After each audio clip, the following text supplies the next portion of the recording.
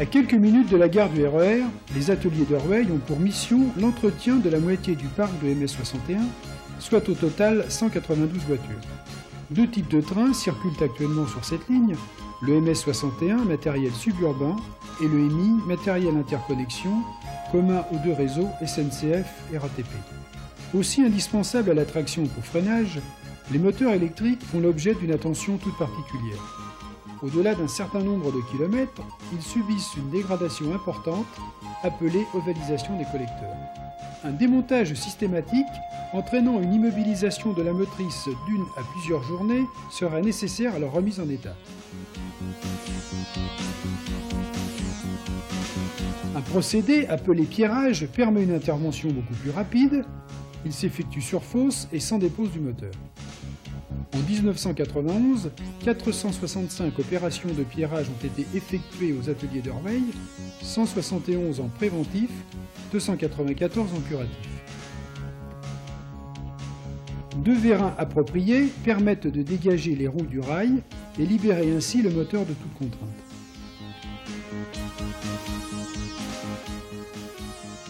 Seuls quelques organes sont démontés pour accéder au collecteur et permettre l'installation de l'outil de rectification.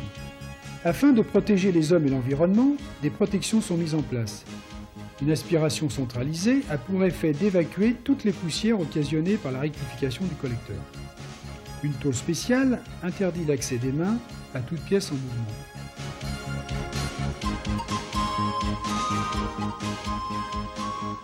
Un dispositif de freinage d'urgence assure un blocage immédiat de toutes les pièces en mouvement. À l'aide d'un appareil appelé profilographe, on effectue un relevé d'ovalisation sur papier spécial afin de déterminer avec précision l'importance de la déformation.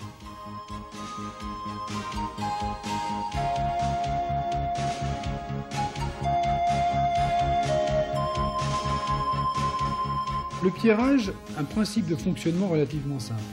Deux pierres, spécialement usinées, actionnées manuellement, viennent rectifier par petites touches successives le collecteur jusqu'à l'obtention d'une surface exempte de tout défaut.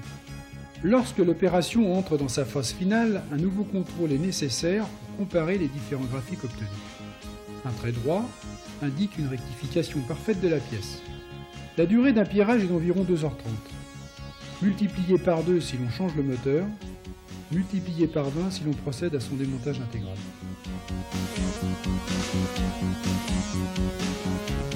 D'un intérêt économique important et dont le but principal est d'éviter une immobilisation prolongée des trains, les services d'entretien de la RATP nous permettent, à leur manière, de voyager l'esprit libre.